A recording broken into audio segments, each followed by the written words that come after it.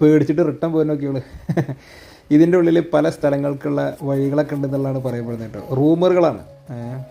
അപ്പോൾ നമ്മൾ നാച്ചട ഗുഹയ്ക്ക് പോകാനുള്ള പരിപാടിയില്ല. നമ്മളെ വള്ളുവാമ്പറത്തിട്ട് ആഫുളാമ്പറം മാണിയറമ്പിൽ ആഫുളാമ്പറ റൂട്ടിൽ നേരെ തിരിഞ്ഞാൽ മാണിയറമ്പിൽ ഏറ്റവും ടോപ്പിൽ റബ്ബർ തോട്ടത്തിൻ്റെ ഉള്ളിലൂടെ നേരെ മേലെ ഈ റബ്ബർ തോട്ടത്തിൽ ഈ ഹൈയിൽ പോയി കഴിഞ്ഞാൽ ഈ റബ്ബർ തോട്ടം ഉള്ളിലൂടെ നേരെ നടന്നു കഴിഞ്ഞാൽ കിടിലം വ്യൂ ആട്ടോ. റബ്ബർ തോട്ടം ഹെവി ടോപ്പാണ്. ഇവിടെ നിങ്ങൾ ഈ സ്ഥലം കണ്ടോ, ഇതാണ് അതിൻ്റെ ഫ്രണ്ടേജ്. ഹെവി റിസ്ക് എടുത്തിട്ട് റേസ് ഇറങ്ങണം കേട്ടോ. അങ്ങനെ നമ്മൾ ഗുഹേൻ്റെ ഫ്രണ്ടേജിൽ ഏകദേശം എത്തിക്കൊണ്ടിരുന്നത്. നല്ല വലിയ ഗുഹയാണ്. അതിൻ്റെ ഉള്ളിലേക്ക് കയറിയപ്പോഴേ സംഗതി ചെറിയ ചതുപ്പുണ്ട്. ഇപ്പോൾ മഴ ആയതുകൊണ്ട് അപ്പോൾ അതിന് ചെറിയൊരു പീടി റിട്ടേൺ വന്നത്. അപ്പോൾ ഇനി ഗോയം കൂട്ടി തന്നെ നമ്മൾ കയറാനുള്ള പരിപാടിയിലാണ്. ഏതായാലും ഉള്ളിൽ സംഭവം അടിപൊളിയാണ്.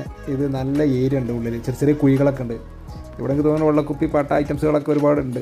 ആളുകൾ അത്യാവശ്യം വന്ന് പോണ ഏരിയ തന്നെയാണിത്. നല്ല ഏരിയ ഉണ്ട്. ചെറിയൊരു സ്മെല്ലുണ്ട് ഗുഹൻ്റെ. പിന്നെ ഇവർ പറയപ്പെടുന്ന അങ്ങനെയൊക്കെ റൂമറുകളൊക്കെ ഉണ്ട്. ഇതിലൂടെ പല വഴികളും ഇതിനുള്ളിലുണ്ട്. അവിടെ പോയാൽ ഇവിടെ